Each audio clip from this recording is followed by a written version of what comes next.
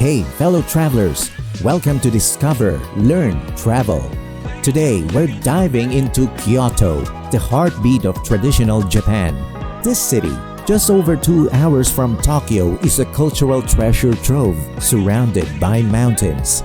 Over 1,000 years of history, spared from war, Kyoto stands resilient with UNESCO Heritage Sites, temples, shrines, and exquisite cuisine. But before we dive into the specifics, let me tell you, Kyoto in 2024 is like a canvas splashed with vibrant hues.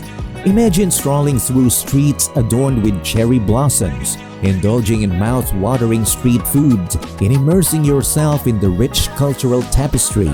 Stick around, because we're about to unveil the secrets of Kyoto's kaleidoscope of colors. Kaiseki is a fancy Japanese meal served in many parts, like a bunch of courses. Kyo-kaiseki is the Kyoto version, which is extra fancy and highlights the yummy taste of Kyoto's local seasonal foods. A chef plans each dish to show different parts of Japanese cooking. This meal usually takes 1 to 2 hours, has 8 to 12 courses, and ends with rice, miso soup, pickled veggies, and dessert. A great place to try Kyo-kaiseki is at Ryokan in Kyoto. If you stay at one of these Japanese inns, they often serve you this fancy dinner right in your room. But if you're not at Ryokan, you can still enjoy Kyo-kaiseki at many special restaurants in Kyoto. In the summer, some restaurants, including ones with Kyo-kaiseki, let you eat on platforms overflowing with water.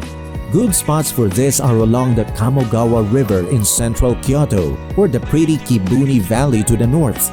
Even though Kyo-kaiseki can cost a bit, we think it's worth it for the traditional Kyoto food experience. In the outer parts of western Kyoto, you will find places called Arashiyama and Sagano, and they have a lot of interesting things to check out.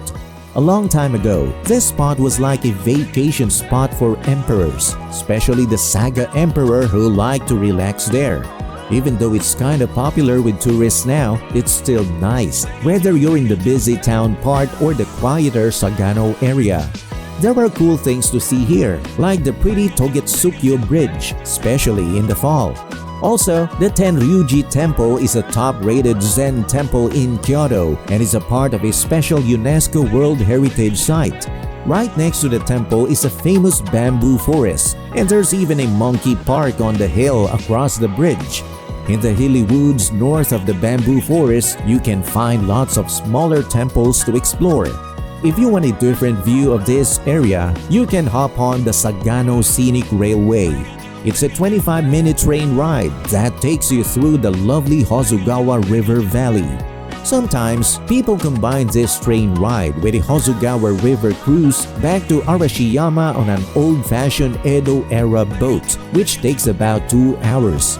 It's a unique way to see more of the area.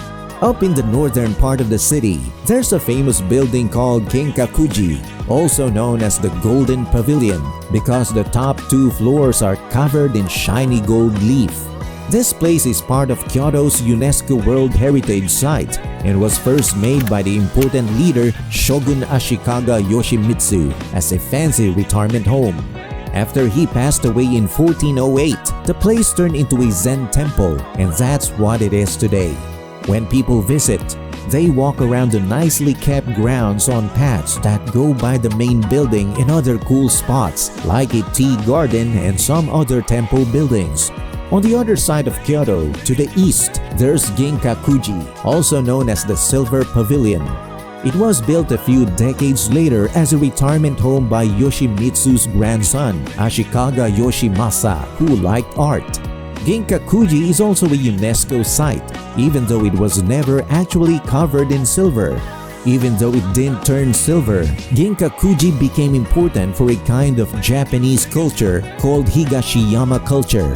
This culture had a big impact all over Japan and led to lots of traditions we still see today, like the tea ceremony, poetry, and garden design. One of the coolest things about Kiyomizu is the huge wooden stage that sticks out from the front of the main temple. Back in the Edo period, people believed that if you jump off that stage and didn't get hurt, your wish would come true. But now, they don't let anyone to do that anymore. Nearby, there's this iron spear that belonged to a sugar-strong warrior monk named Benkei.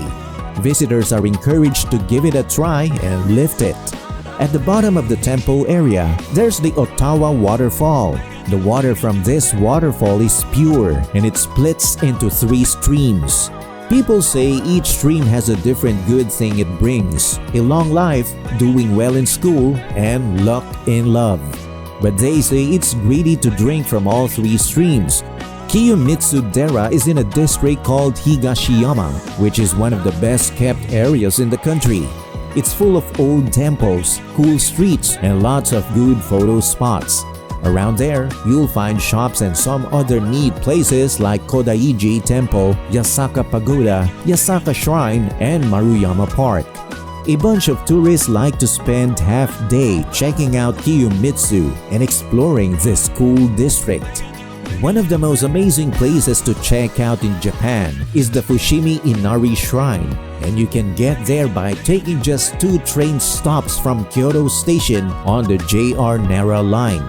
Even though it's the main shrine dedicated to the rice goddess Inari, out of over 30,000 Inari shrines all over the country, what makes it famous worldwide are the thousands of bright red gates that cover the mountain trails behind the main shrine building. Each gate was given as a gift by a person or a business, and the bigger gate, the more they donated. The coolest part of the trail is where it splits shortly after you enter. It's called the Senbon Torii, which means 1,000 gates in English. As you keep going up the mountain, there are places to take a break, vendors selling stuff, and other paths to explore. About halfway up, you'll reach the Yotsusuji intersection, where there are lots of restaurants and the best view of the whole city during the hike. If you hike to the top, it takes about an hour to an hour and a half. Kyoto has lots of other cool places to check out too.